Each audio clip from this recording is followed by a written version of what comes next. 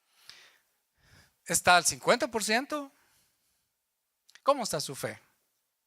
¿Están ustedes seguros que el Señor está acá? ¿Que el Señor está en su corazón? Bueno, esta gente después lo creyó y lo predicó y vivían en la alegría, en la emoción de la resurrección. Y hay suficiente información de la resurrección como lo vimos. Pero mire lo que hace la resurrección en nuestra vida. Y esto es para usted, esto agárrelo para usted. Yo lo he agarrado para mí, tómenlo también usted. Dice, pero Dios, que es rico en misericordia, por su gran amor con que nos amó, aun estando nosotros muertos en pecados, nos dio vida juntamente con Cristo cuando lo resucitó. Por gracia sois salvos, y juntamente con Él nos resucitó y asimismo nos hizo sentar en lugares celestiales con Cristo Jesús. Fíjese bien, Él lo hizo todo por nosotros. En el proceso que Él llevaba, ahí vamos nosotros, los que tenemos fe en el Señor. Ya pasamos todos esos pasos, ya fuimos sepultados, ya resucitamos con Él, pero también ya subimos al cielo con Él. Ya nuestra vida está escondida con Cristo en Dios. ¿Quién puede arrebatar su vida de allá de la presencia de Dios? ¿Quién la puede arrebatar? Está garantizada. Por eso usted no tenga pena de decir, no sé si soy salvo. Usted es salvo, usted es salva si usted cree en el Señor. Su vida está con el Señor, está escondida en Dios. Dice, pero es que mire, pastor, yo soy así, dos que dos. No, usted tenga fe en el Señor. Pero es que mire que yo a veces sí, a veces no, como dijo la canción, ¿verdad? Usted tenga fe en Dios. Usted alégrese por eso. Es que le salga de una vez por todas de su cabeza que usted no se salva. Nadie se ha salvado a sí mismo, nunca. Ni la gente más religiosa, ni los que están en los conventos ahí apartados, ninguno se ha salvado a sí mismo. Ni los pastores se salvan a sí mismos. Ni los sacerdotes, ni los líderes religiosos, ni el Papa. El único que nos salva es el Señor. ¿Qué necesita uno entonces? Solamente decirle, Señor, te agradezco porque lo has hecho todo por mí. Y te recibo en mi corazón. Con alegría, con humildad, te doy mi vida. Te pertenece, Señor. Tú la has comprado, tú has pagado todo. ¿Cómo te voy a rechazar, Señor? Aquí estoy. Entonces la tristeza se convierte en gozo.